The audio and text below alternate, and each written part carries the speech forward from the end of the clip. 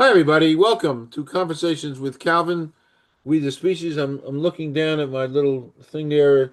It's 16 degrees. It warmed up today here in Jersey. It's 16 degrees. We're the last day in January, and I'm with Mark Anthony, and we've just been BSing for almost an hour and a half, just talking about the world and his journey and my journey, and there's some overlapping. Mark Anthony is out of Nashville, former UConn grad, and that was another bonding experience because Mm. UConn was one of my favorite schools, still is. Of course, I'm a Rutgers guy, but UConn used to be in the same conference, so there's a lot of bonding here. The music. As when I started my journalism career, one of the first things I concentrated on 15 years ago was music, because I live three miles away from that guy Bruce Springsteen. He's right down the road. Wow. And so that is part of the whole Asbury Park music scene, in which I started going one night, two nights, three, four nights a week. I'm hanging out and absorbing. So, and when Mark and I connected in November, I was really excited about this. His journey, his music, kind of like my taste and the things that I like. So, and here we are, finally going to sit down and talk about Mark's journey from New England to Nashville with a slight detour in the Virgin Islands, just to kind of pique curiosity. So, this is really special for me. And again, I think, Mark, we could have gone on for another hour or two, just generalized stuff before Yeah. we went on air. Yeah. We'll reserve that to when you come back. So, I always call this my Johnny Carson monologue. Of course, there was no humor here, more or less, but it's my Johnny Carson monologue. I'm going to turn it over to you if you want to do a couple of little bio things, and then we'll talk about a really interesting journey you've been on. Take it away, Mark. Well, first of all, thank you for having me on your show, Calvin. It's an honor and a privilege. And as you were talking about the temperature, it's 30 degrees here. Oh, gosh. We've just been socked with a mammoth storm, and it wasn't the snow that was a problem. It's the aftermath of the ice, which is still coated on all the trees, and it brought a lot of trees down. Nashville is a mess right now. I'm talking to you from my home here in Franklin, Tennessee, which is just south. We're in the county just south of Nashville, so we weren't hit as hard, but there's well over 100,000 people still, I think closer to 200,000, that are still out of power for the past 5 or 6 days now, with no end in sight because there are so many tree limbs down there. They're working round the clock to restore power to all those people. We were fine here, but there was a considerable amount of people out of power here in Williamson County as well. But we're all good. God's been good and kept us safe and warm and power's on and all that stuff. But we were prepared for the worst. So it's 30 degrees here, a little warmer here than yours, but it's about to turn extremely cold here on the weekend where wind chills are going to be actually below zero. And that is so rare for this part of the country. I mean, I've been here 38 years and, the weather in the wintertime is mostly moderate. It's cold, but it's not like Minnesota cold, right? Or up north cold or New England cold. We might have some cold snaps, but it doesn't last long. So average temperatures are maybe between 30 and 40 for the winter, and sometimes even warmer than that, and sometimes considerably colder. But it doesn't last for very long, just like in our summers. It gets hot here like anywhere else, but it's not excruciatingly hot. And if it gets hot for a while, it'll back down. You'll have, different short spells of it. So, I love being here in the South. Obviously, I've been here 38 years. We have the seasons, we have true change of all the seasons here in Tennessee. And I love that. I'm surrounded by the mountains. The Smoky Mountains are only 3, 4 hours away. If you go east, that's one of my favorite getaway spots. Love to be in the mountains. So it's beautiful here in Tennessee. When everything's in bloom in the spring and summer, it is a lush green state, and just absolutely love it here. Love the people here. As you know, I don't mean this down where I came from. I was raised in New England and left there, a long time ago. But I would just say the difference between the North and the South is when they talk about Southern hospitality, you've heard that phrase, there's real truth to it. And you see it mostly in the service industries. When you go to the restaurants here, for instance, and you get done with a meal, and the server will come up to you and they say, "Come back now," and they mean it, right? They're not just trying to placate you, right? And you get north of the Mason-Dixon line. I say this as a joke because I've been in both places. You get north of the Mason-Dixon line, and they start throwing the change at you, right? When you finish a meal, it's just kind of a facetious comparison.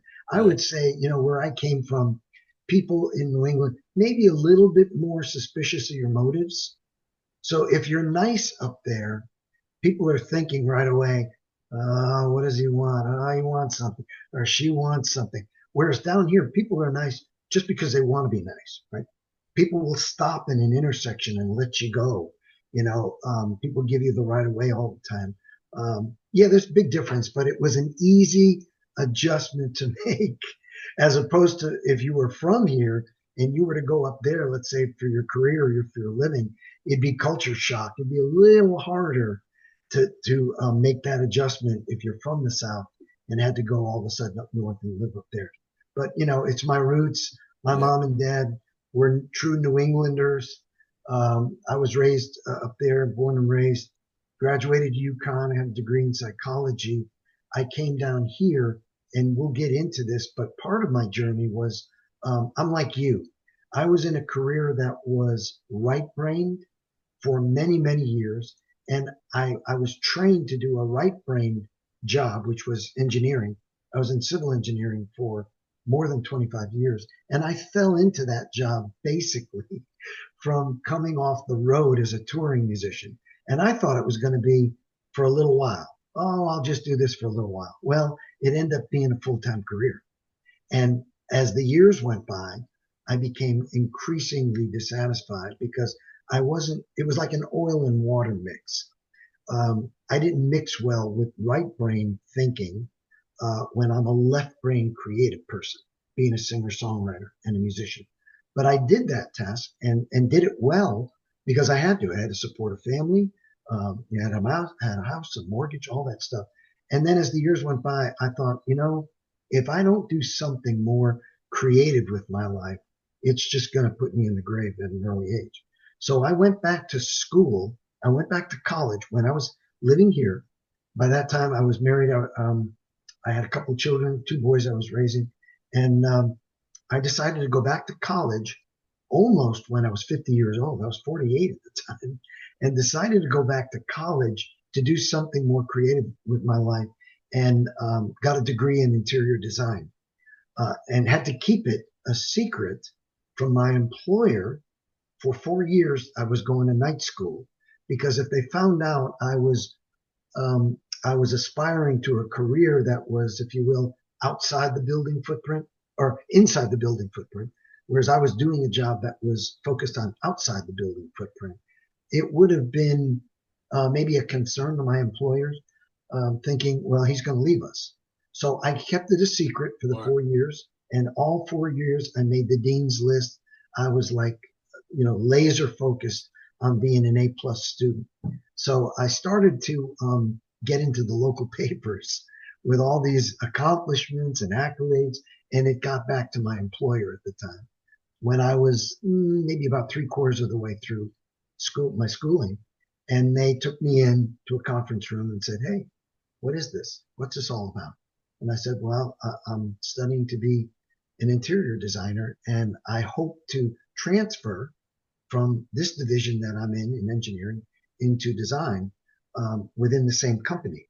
And they liked that idea, but it didn't happen. At the end of the 4 years, when I graduated, I interviewed for a position. I had been with my company. It was an engineering architectural firm, a very large firm here in Nashville. And I put in 10 years of faithful service, interviewed for that position, and they didn't offer me a position to stay. So I had three other offers. to start in the design field in the Nashville area. I took the first one and have never turned around to look back. And then I did 12 years of commercial interior design, mainly commercial work, until I retired. And that's when I formed the Mark Anthony Ensemble, which is what we're talking about today. So when I had all that time on my hands and Well, got done with that 40 years, 40 plus years of corporate America, I decided, I said, I've got all this repertoire I've been storing up for 30 years and keeping it under wraps. I'm going to do something with it. So I formed my own band, and that's been in existence for 6 years. And the band's going strong. It's called the Mark wonderful, Anthony Ensemble. wonderful. Yep. Um, I like this question. It's basic, but growing up, New England, did you have any particular? You mentioned it. I think before we went on air, I know I heard you say the Eagles and Crosby, Stills. Did you? What were some of your musical influences as you were Yeah, growing up? it's a great question because it leads up to exactly the kind of music that I write nowadays. I've always wanted to stay true to my roots. So my roots growing up was the pretty acoustic music of the 70s, maybe. And all that music came out of California. That was Dan Fogelberg, the Eagles, Poco, Jackson Brown, James Taylor, Crosby, Stills, Nash. All that pretty music of the 70s and 80s where it had structured melodies, great harmonies, great harmonic structure in all the songs. So that's what, when I heard that music, it was like, this is my stuff. This is what I want to do. So I played that all through college, did a ton of, coffee houses. And at that point, I got into a trio, an acoustic trio in college. And they wanted me to quit school in my junior year. They wanted me to quit and go on the road with them, which I told them, no, I'm here to finish my degree. You guys will have to wait for me if we're going to do this. And they did. They waited until I graduated UConn. And then we went on the road. And I did that for a living. I played music full time for about 5 years all over New England as this acoustic trio called On the Road Again. And that culminated in the Virgin Islands tour that you were talking about. And when I got done with that tour, I was so burnt out, Calvin, from the lifestyle, playing at night, sleeping during the day, just the life of a true musician. When I got home, I wanted to do a job. I didn't care what it was, just anything, just to get me out of that lifestyle. And a friend of mine was in the engineering field. He got me started. And actually, when I started in engineering, it was on a survey crew, and I learned all about land surveying, which is a lot of math and a lot of geometry. And then they took me inside. It was funny how it all culminated because they would let the surveyors go on inclement weather, rainy days. There wasn't anything for them to do outside, but they would invite you inside to do drafting if you wanted to do and learn a little bit about drafting. Well, I did that. And right away they said, you got an aptitude for this. I didn't learn it in school, but I just picked it up. And they said, you could be a whole lot better at this if we started keeping you in a little bit more. And they did. So eventually it led into a 25-year career, and I ended up being a civil designer, a CAD guy. I was a manual draftsman way before the days of CAD, where everything had to be drawn by hand with straight edges and triangles and ink pens and all that stuff.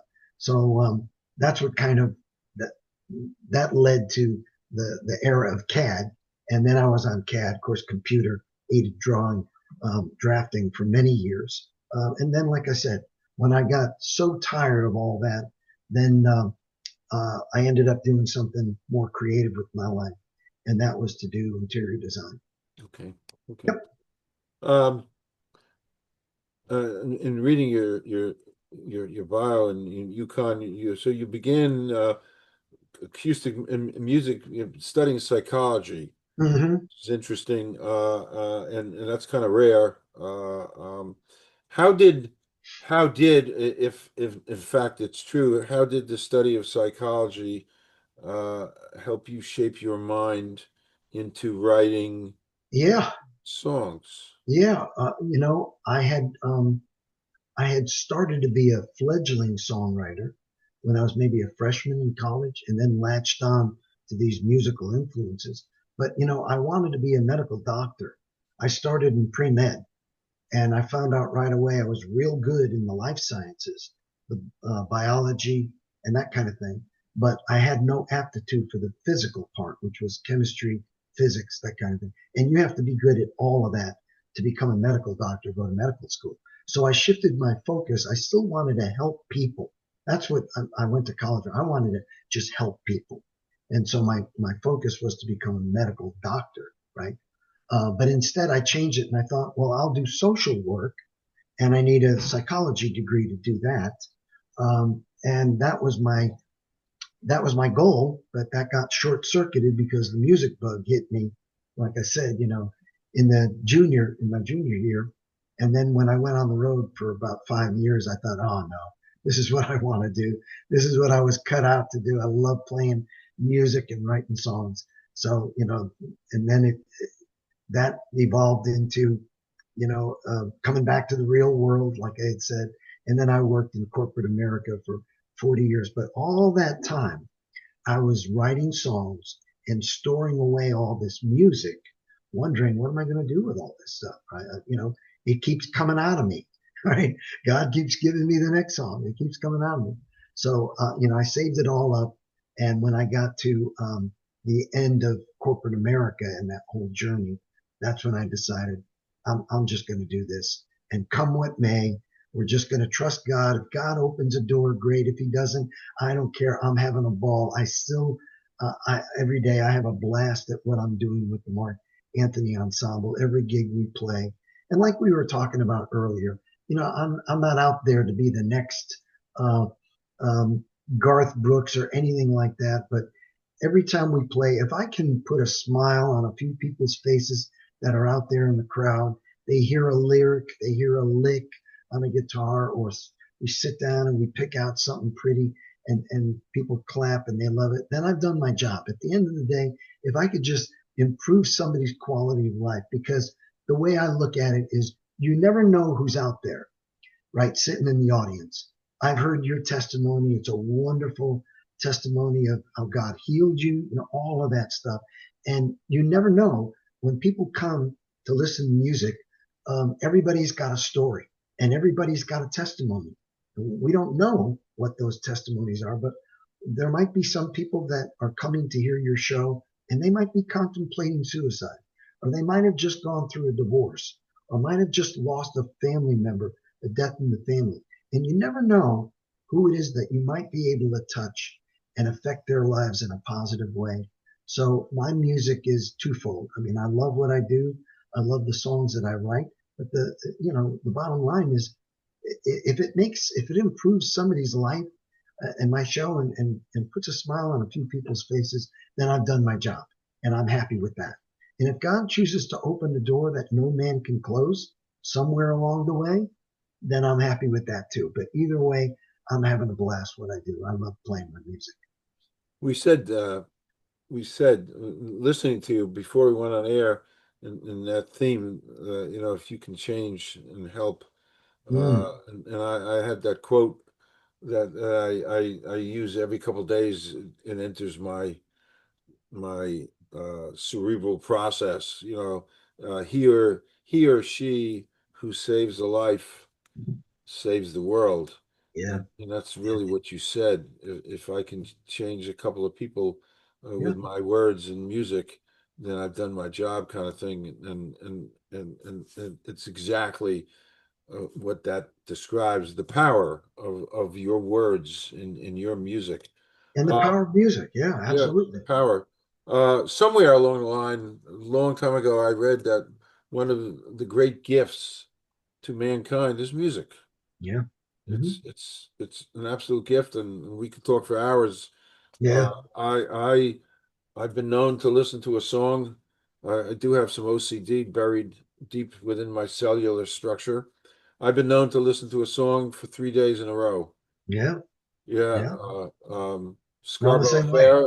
I Yep. listen to Scarborough Fair when I'm in the mood for 3 days in a row. Yep. Seriously, Yep. just 3 days in a row, and it just Now I've been listening to the last couple days all day long. Judy Collins singing Bob Dylan's "Dream." Oh yeah. Oh yeah. Yeah. Oh, Grew up with that era. That was my yeah, era. yeah. Yeah. So it's really, it's really powerful. So um, yeah, you played in rock bands, and Mhm. then you discovered country music in the Country '80s, music. and Yep. you made a bold move to Nashville. Right. What were you? I don't know if you've touched on it yet, but what were you chasing? Yeah. And what surprised you when you actually arrived? Yeah. Man, that is a great question. Um, you know, I was listening to country music and got exposed to country music for the first time in my life when I was still living in Connecticut, of all places. There is, back in the 80s, there was a small contingent of country music fans up there. Small, but I call them the small but mighty contingent of country music followers up in Connecticut. And there were a few country stations that were basically playing the music of Nashville. And I had never been to Nashville before. And so I got involved with a band that I put together that was more or less a country rock band. It combined rock with country music. Country at that time, though, like we were discussing earlier, country was just beginning to change from the Johnny Cash, um, Waylon Jennings, from that prior era that I did not grow up on. But when I started listening to it, it was starting to change to a little bit more of a rock format. And people like Vince Gill, George Strait, Alabama, um, those kind of groups were coming out in the late 80s, and they were, and Ricky Skaggs, they were injecting country and bluegrass, but were putting rock influence into that too. And it was starting to change. Of course, the country purists at that time in Nashville, were putting their fingers up like, oh, this is evil music, right? Because we're bringing rock and roll into it. But I loved it because it was a perfect combination of what I had been, I had grown up on, rock and acoustic music paired together. Um, so I started listening to country up there, formed a country band called Caribou, and Caribou did extremely well. We ended up being in a national contest in the state of Connecticut. The first prize was the state finals, right? To win the state finals. And then you go to the regional finals, which was upstate New York, to compete for a recording contract in Nashville. And Wow. that's when I started to set my sights for Nashville at that point. Now, the band went on. We had great players in the band, had a pedal steel player, great lead guitarist, and the band won the True Value Dodge. That was the name of the contest. True Value Dodge Country Showdown. It was put on by both of those companies, and we won the Connecticut State Finals for the first time in history that year. Wow. So we went on to the regional finals in upstate New York, and we lost in the regional finals to a nationally known band at that time. And so my dream of coming to Nashville got a little bit short circuited. But at that point, I said to myself, I got to go. I got to go because this is what I'm destined for. Because I was writing songs and original music. There was no outlet for original music in New England at that time. It was all, you did cover tunes, you did everybody else's music. And I wanted to start doing my own music. And I knew Nashville was the place for original songs, original music. That's where all the songwriters were and where they were going. So I gave up a really good thing and did what tens of thousands of other people do every single year. They give up a steady gig, they give up a great band wherever it is they come from, and they come here and start completely over again in the hopes that they'll get discovered, right? That's the whole name of the game. Come here, get discovered.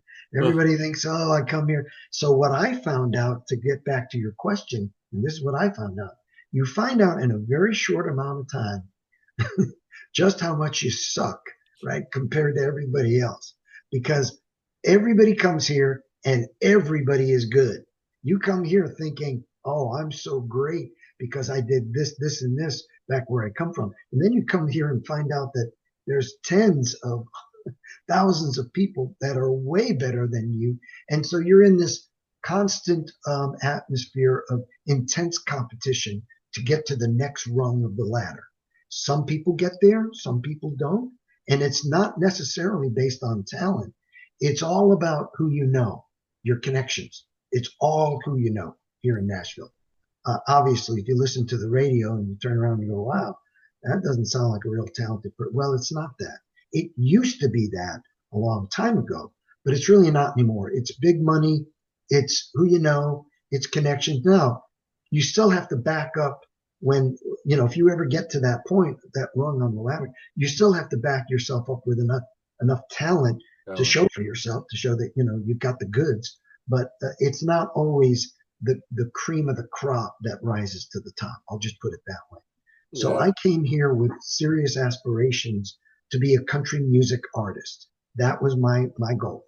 I came here and I was married at the time, had no children, so I had time to devote to music.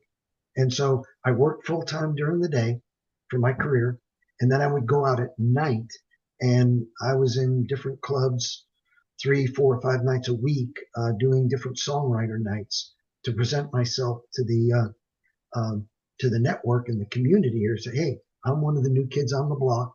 This is what my music sounds like. And every night I would meet a different group of songwriters, great writers, great singers.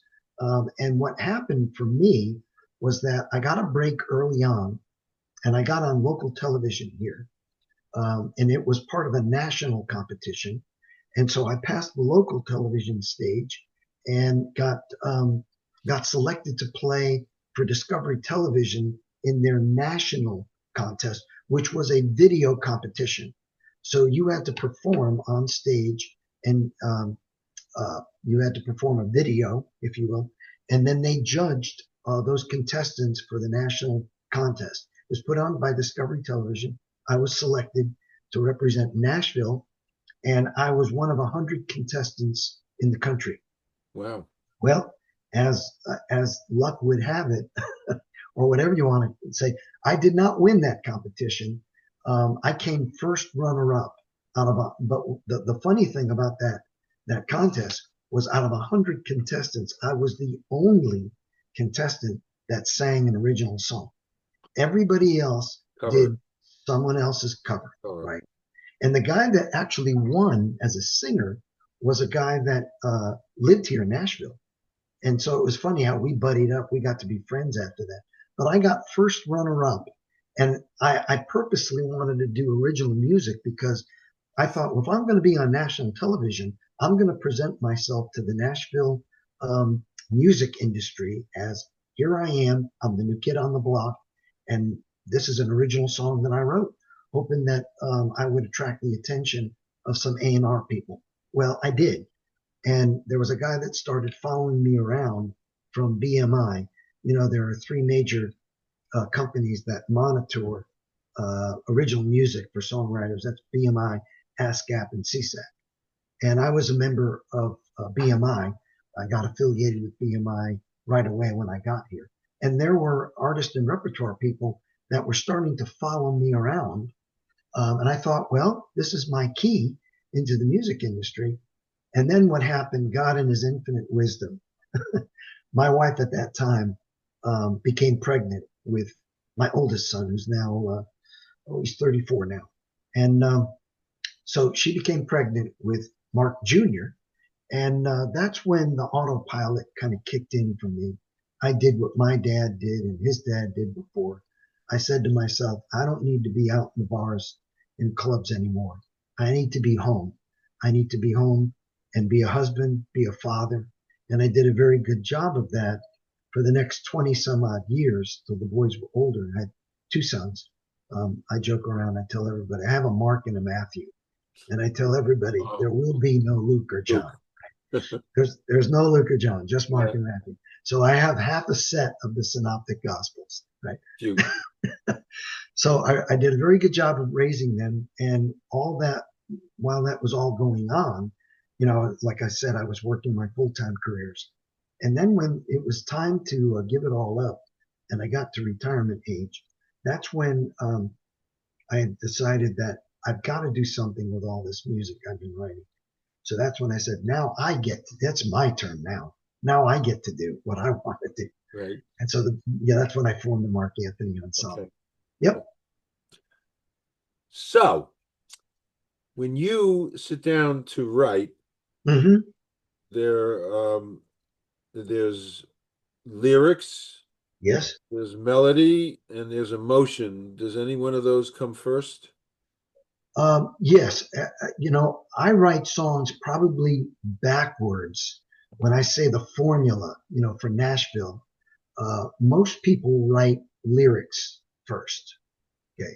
That's usually what comes to mind for a songwriter. If you will, you liken it to a poet, right? They write the lyrics first and then the song comes later. I do it the exact opposite. I don't know why. This is just the way God's gifted me. I hear the melody first. I hear the song. I hear the chorus. I hear the bridge. I hear all the parts in my head that need to be there, meaning the different instruments, the harmonies, if there are harmonies. And so that's what I do first. And I perfect that until I'm very happy with the music, the musical structure, the chorus, the lyric. And then I do the lyrics last. Now, sometimes I will write a song based on a hook, maybe. It might be a partial lyric, but mostly I'll do the music first without lyrics. And then I do the lyrics to fit the melody. Now, when I talk to most songwriters down here and I tell them that, they go, wow, how do you do that? They go, I could never do that. That's like, sounds impossible. Well, I say to them, how do you do what it is you do? I couldn't ever write the lyrics and then write the music to fit the words. So, it's just a different way of doing it. I'm not unique in that way, but I am fairly unique because most people do it the other way. And when I write that song, when I write the music first, for sure, it's based off of some real life experience for me. I write from the heart. So a lot of my songs are about, they're romantic. They might be about a lost love, maybe a found love, maybe someone being in love, or some picture of um, uh, I don't know, some picture of a charismatic love. I don't know, but a lot of my songs are relationship based. Some of those are real life experiences for me. Others are maybe dreams. Um, Dreams of a maybe someday relationship, or one that I would have wanted it to turn out one way and it didn't. That's when I talk about lost loves, broken relationships, but they're usually relationship based for me. Okay. Yep. Um, Running Away was your first official release. Yes.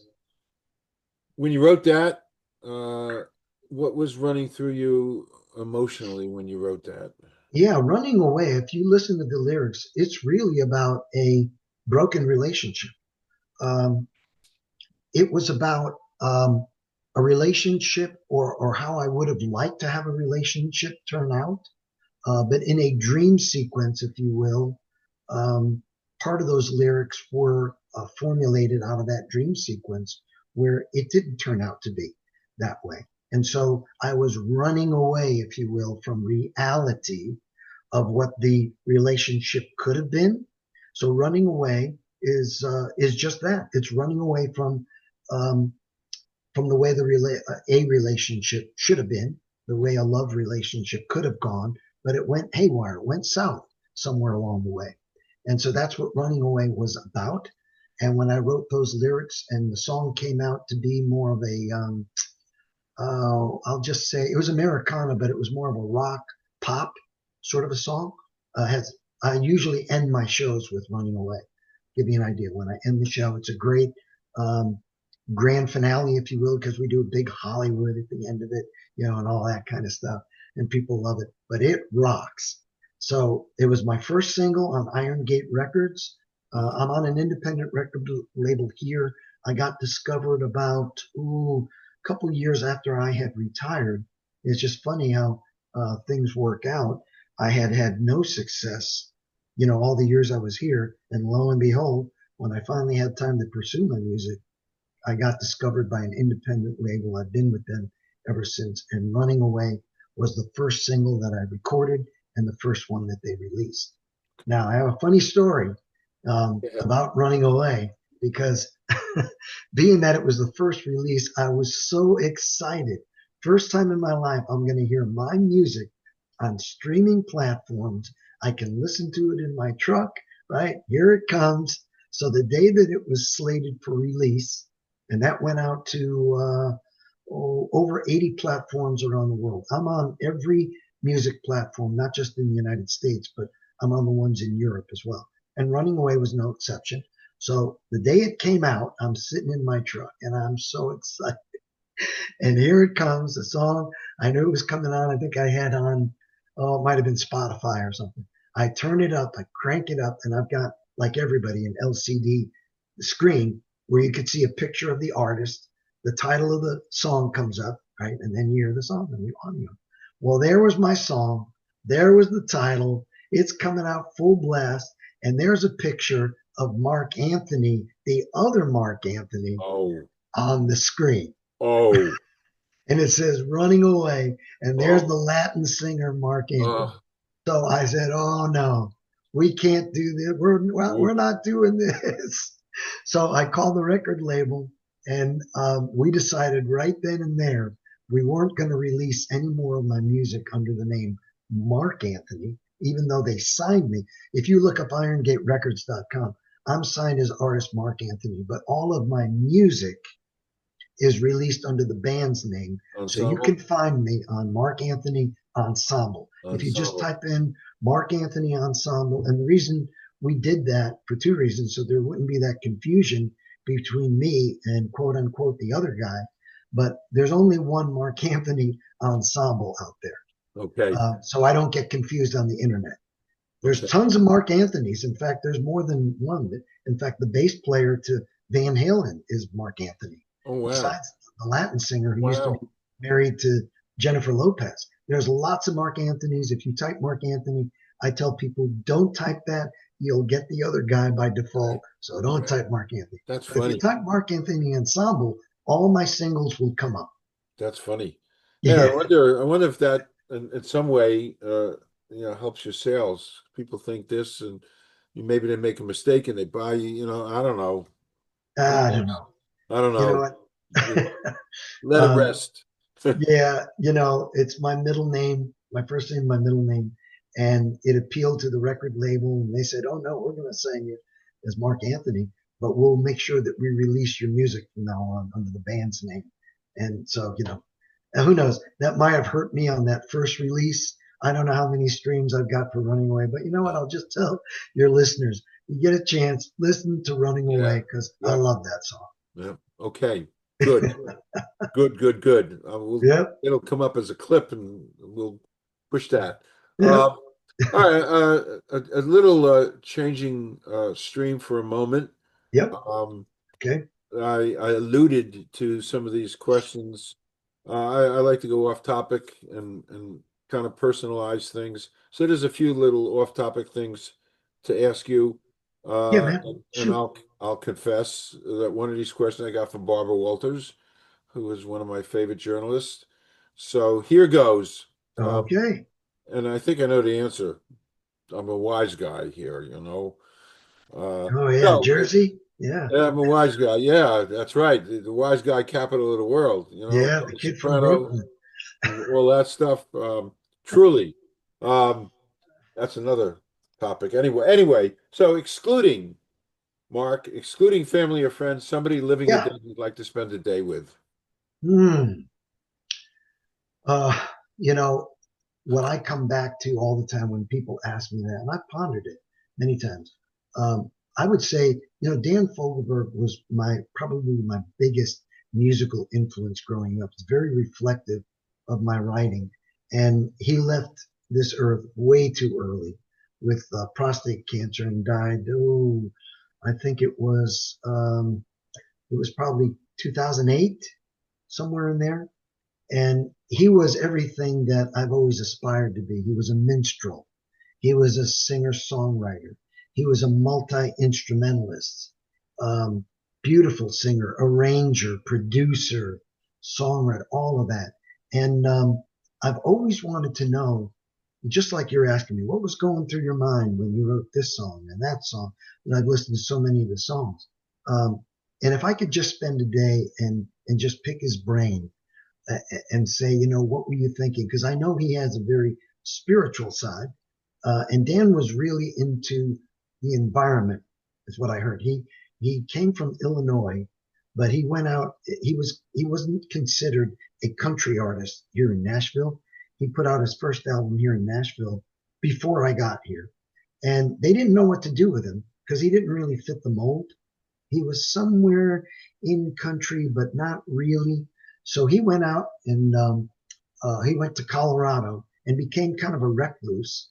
Bought a big ranch up there at the somewhere near Boulder, Colorado, because he loved the outdoors, loved the mountains, loved the wilderness. He was a big fan of just climate or climate and just the planet, And he spent a lot of his time in Maine as well because he loved the ocean and the lobster boats and fishing and all that. He was just all about that, the environment. So, and I don't think all of that was reflected in his music, but he, like me, wrote a lot of relationship songs. And some of those would just break your heart when you listen to them. So, if I had a day, I would say, Dan, was that real? Did that woman really, or was it purely a fictional song? Was it just something that you would have hoped maybe happened? Because I've done that myself in some of my songs. Some of those songs were based on fictional relationships. Most of the time, though, I try to write from real life experience, and I believe he did too. But it's a mystery to me It's a because I never mystery. found out, right? It's a So I'd mystery. like to know what that Yeah, matrix, I'd like to know what that mystery was all it's about. a mystery. That's Yeah. interesting. Hey, go to AI and ask AI, what do you think? Yeah. By Yeah. the way, we were talking about AI before. It's just it's a great companion. Just throwing that out, and maybe AI will take some kind of mystical shape or Mm, form. Who knows? I don't know. By the way, there was an AI. I 2 summers ago, I was interviewing an AI guy, and mm, we did a series of AI questions. And one of the things I asked him, I asked him because he was an AI, will as AI matures and gets better and knows more, will it help us talk to Jesus? mm. Kind of provocative. Interesting. Yeah, it's kind of provide. I actually asked him that. I don't. 2 summers ago, I don't necessarily remember. Um, anyway, did Dan Fogelberg, did he do the leader of the band? Yes. Yeah. Yeah. Wrote that. By the way, one of the to me, and one of the most surreal, the melody of that song, it Mm, just kind of takes me ethereally and lifts me up when I listen to that. And I can't sit here and quote too many songs because another confession. You keep taking my confessions, you know. I came out of the 60s. yep. I came out of the 60s. I was in college doing Vietnam in the 60s. And Yep. so I jumped onto folk music because that's what was there. Yep. Yep. And I've yet to escape folk music. So I mentioned, Judy Collins, Peter Paul and Joni Mary, Mitchell. Yeah. Joni all of that Mitchell. stuff. I'm Simon still and there. Garfunkel. Oh yeah. Yeah. Yep. I'm still there. A Parsley Sage I can listen to for 3 days in a row. I've written some essays about that stuff. But anyway, moving on. Do you have any favorite movies? Yeah. Actually. But I just want to touch on something on AI because, of Yeah, course, sure. where it's going is just Sure. incredible. And touching on the spiritual aspect of what you and I talked about, not just before, but what you just talked about. It's funny when we think about things. You said, "Oh, can it help us talk to Jesus?" AI is supernatural. Any way you look at it, AI is supernatural, right? So, because it thinks 100,000 times faster than a human being, um, and they're operating on hundreds of thousands of computers around the world, 24 hours a day, doesn't need to ever eat, doesn't need to sleep, doesn't need to take a vacation, right?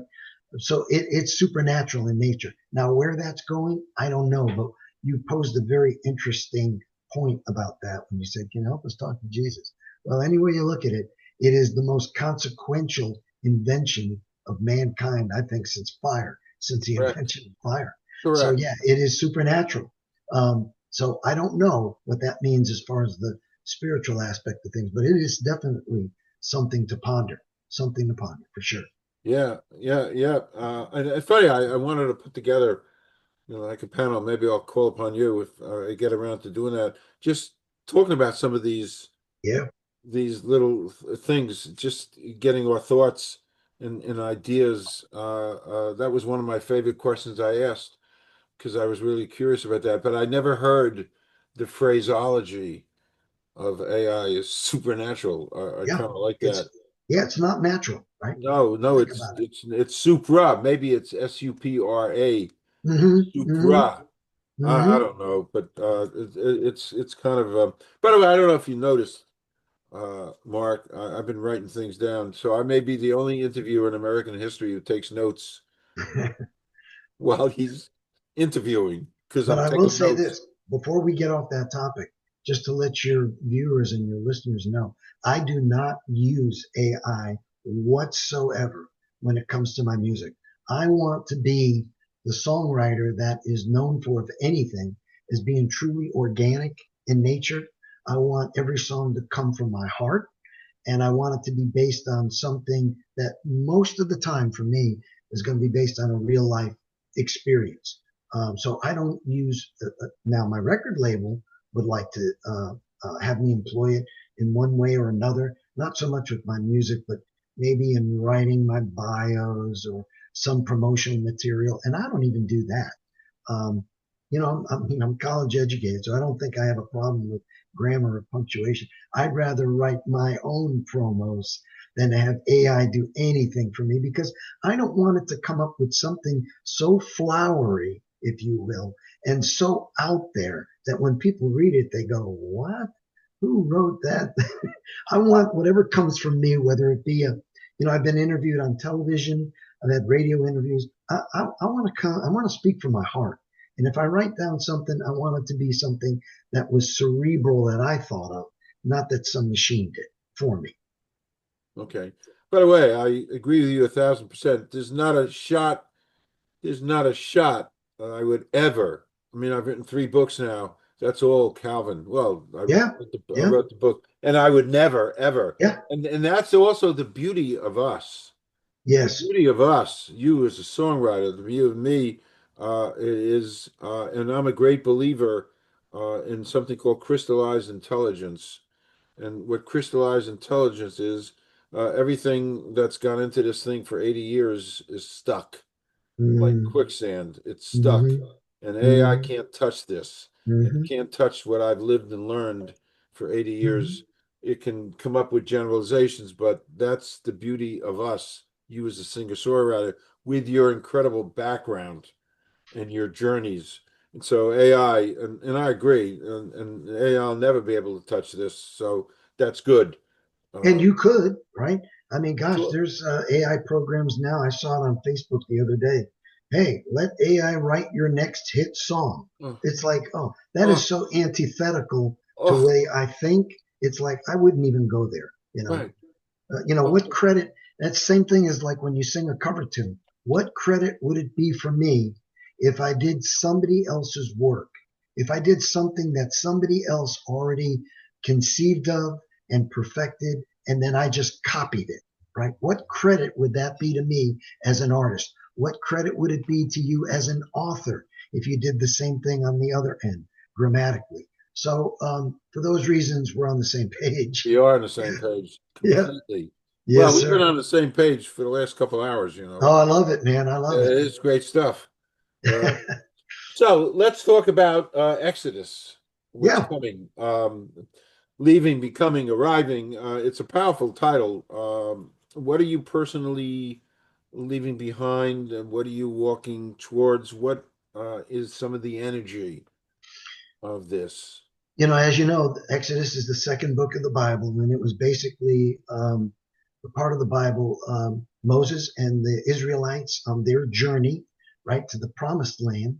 And so I wanted the title of my second CD. The first one was pretty much a homegrown recording, like you and I had talked about before. And I really didn't do anything with distributing it. It was just something I put together called the Mark Anthony Ensemble. That was the logo was on the cover, and it was called Genesis, based on the first book of the Bible, which is all about the beginnings of things, right? And that was the beginning. So I put that together, and it was just a home recording. But I wanted the second CD, which is going to be an EP of 6 remastered songs. I wanted it to be a true reflection of the journey that I've been on and the journey that I continue to be on, because I don't know where the end is yet. Every day, you and I are, like my wife and I remind each other, every day is a gift. And right now we're on a journey. We don't know where our next breath is coming from. So Exodus is going to be a story of the journey, because it is. And I've selected the 6 songs already, with the last one being my latest release called Always. And they're all going to be remastered. So I can release those 6 songs as new works, and they will be, except it won't be new works as far as individual songs. It'll be new work as a collective 6-song EP called Okay. Exodus. Yep. Okay. Okay. As we kind of wind down, there's so much more. We can leave that to a return engagement, maybe when Exodus comes out, because I love tapping in to your creativity and to your journey, because it kind of reminds me a little bit of my journey. Creativity is a Yep. journey. Yep. I just made that up. I don't know if creativity is a journey. When all the music fades, Mark Anthony, how do you want your music to be remembered? Yeah. My legacy is again, I come back. I've got to be true to my roots. When it's all said and done, of course, it would be my heart's desire for some other artist, um, or someone else to take my music and re-record it, maybe do their own versions of it, spread it to a wider platform, reach more people, because I only have a narrow sphere of influence as an independent artist. I'm not aspiring to be a country music artist, but Americana has its own fan base for sure. But in the end, when it's all said and done, if my music can be extended through someone else, another producer, namely an artist, a musical artist, that would take one or more of my songs and increase the visibility of it by being on maybe another platform, perhaps maybe another genre. Maybe it makes it to the rock format. Maybe there's a song that's perfect for crossover radio or even country radio. That would be my heart's desire in the very end. But if none of that happens, like you and I were talking about, if God in his infinite wisdom chooses not to open up any other doors, I'm still happy with what I'm doing now and will be in the future. So if it all comes to the end where it doesn't come to what I want, as long as it's what God wanted in the first place, and that was to make people's lives maybe a little bit better, put a smile on a few people's faces, then I feel like that's enough for me. I've accomplished enough. Okay. Um, you said something very powerful. My life, I'm an indie author, meaning I'm self-published, Yep. and you're indie, and it's one of Yes. the most, to me, exalted, special places to be an indie, and the things that I've done these last 2 years as a self-published author, indie, I put it up here. It's a wonderful place to be, and it's funny. The last book I wrote, Billionaire. There wasn't even a fraction of a second where I even thought of going to quote an agent or a publisher. Mm-hmm. Not to be graphic, I would extend one of my fingers to that notion. Um, you know, I don't want to get graphic on my own. That's how I feel about that. That's Right. another story. It's funny. You Right. also mentioned Americana. Yeah. I haven't thought about this in a long time, but it was a bunch of years ago. A bunch of years ago, I was hanging out with a kind of an Americana singer here, and I was going to do an interview early in my journalism, and she told me to come over to her house. And when I went to her house, her husband was home, so nothing. And she was in a bathrobe and told me to come upstairs, and I went upstairs, and she showed me she was sending out notes to the thousands of Grammy voters. Oh yeah. Yeah. Uh, Please consider my music, Right. and that campaign landed an Grammy, uh, Wow. not the win, but the Grammy nomination. Yeah. Powerful stuff, powerful stuff, and I think since then they've changed the wording around and things and stuff. But it was an education for me because I was a fledgling journalist at the time. But and Americana didn't mean a lot to me then, uh, Yeah. but it was a learning experience. So there was a TV show before your time in the 50s called This Is Your Life. It was done by a guy named Ralph Edwards before your time, because I'm Hmm. old. And so this is your life. So the last question for this session, anyway, Mark. Oh, and I didn't tell you my favorite movie. Or Oh one of my yes, favorites. you forget. Yeah, that's right. Yeah. Oh Yes, gosh, we got off track. we did. Real quick, I have a lot of favorites, but the one I, that sticks out in my mind is Remember the Titans. oh, Not because oh, not because I live in Coach Nashville, Boone, Coach Boone. not because I live in Nashville and we have the Tennessee Titans here, but it was Denzel Washington just did a superb job in that. And it's not just a football movie. It was the reconciliation between race relations that were going on at Yes. that time and the story of an underdog. I'm an underdog guy. Listen, I've been a New York Giants fan my whole life, raised on Oh, the Giants. You want to talk about being an oh, underdog fan, right? But I love that movie because it's about a team that coalesced and came together against all odds. And of course, they're victorious in the end. But it was just done so beautifully. Love the music in it. oh, great music, great Yeah, music. yeah, Temptations, the yeah. Temptations all over the place. Marvin By the way, I Gaye. watch that movie all the time. I love it. Gary Bertier is a hero of mine. Yeah, yeah, yeah. But and another thing, really quick, because you mentioned the term Americana, of which I am. I am true Americana artist. If you remember when you and I were growing up, there was no such word as Americana. Right. We used to call it folk rock, if you Ah, remember. Remember? Even yeah, Simon sure. and Garfunkel, it was Sure, they were it folk was rock. folk rock. It was folk rock. It was folk mixed with rock, right? We called it folk rock. And then years on, decades later, they just decided that Americana was going to be this wide umbrella that went from folky music to punk music and everything in between. That's Americana now. So I'm somewhere stuck in the middle of all that, right? It's not heavy rock and it's not folky folk. Sometimes my band, if you come to my shows, sometimes it's more rock than it is acoustic. Sometimes it's sit down on stools and we'll do something real pretty acoustic. And most of the time, it's electric guitars and acoustic guitars mixed together. So we have the whole range of folk rock music in a show. Oh, love it. It's a real Love it. variety. Love Yep. it. I mean, that's where I came from. I, Yep. I look at my parents and my parents' generation. The minute this guy Bill Haley came along, Oh they yeah. stopped. They Yep. stopped listening to. They stopped. Their world was Bing Crosby and Frank Sinatra and Dean that kind of Martin. stuff and all of Yeah. that. And so Yeah. the minute this Elvis Presley came along, Yeah. and the minute some of the hard rock stuff came along, I was gone from that, Yep. and I've stayed loyal to the music that I grew up with, folk rock and all that stuff. And of course, I try to modernize. When I get very depressed and I need a kick in the butt, I put on Ode to Joy from Beethoven. Yeah. Wow. And we were talking about the power of music, and when Yeah. I listen to that, whatever was bothering me doesn't bother me anymore, and I kind of get reborn when I listen to that, and that's just the power of music.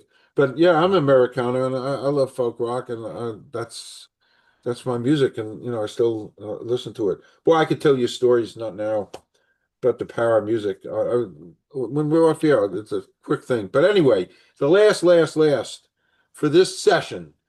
Okay. And by the way, we agree on Invincible. I mean, not Invincible. Remember the Titans. That's Yeah, another. great movie. Invincible is another great movie. Mark Wahlberg, the football movie. Oh Uh, yeah, yeah. I hadn't seen that. yeah, oh, wonderful movie.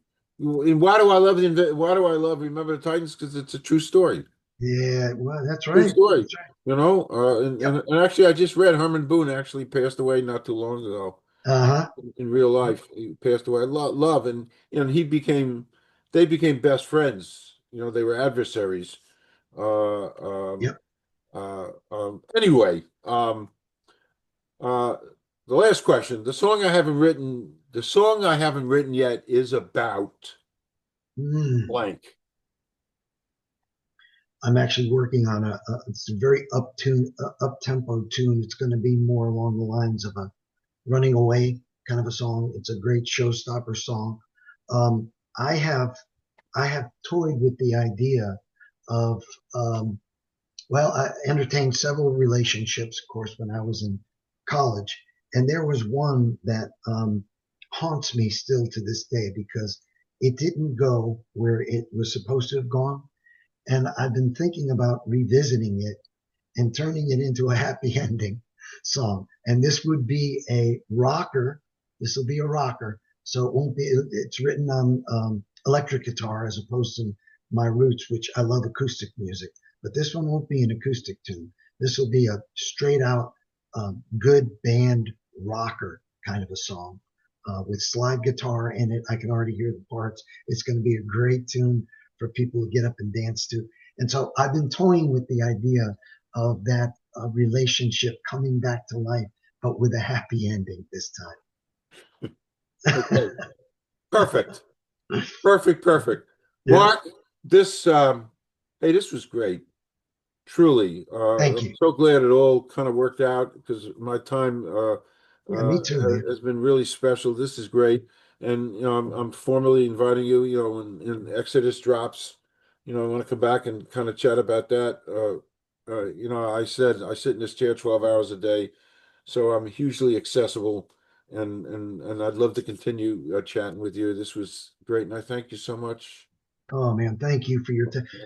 Exodus is going to take a while because I've got to give a lot of thought to the artwork, the pictures, the images, what I want to convey, and of course, all my thank yous and my credits to all the musicians that played on those records. And it takes a lot, even though you're cramming it into a small package. I want to be able to say the kind of things that I want to say and leave it as a legacy.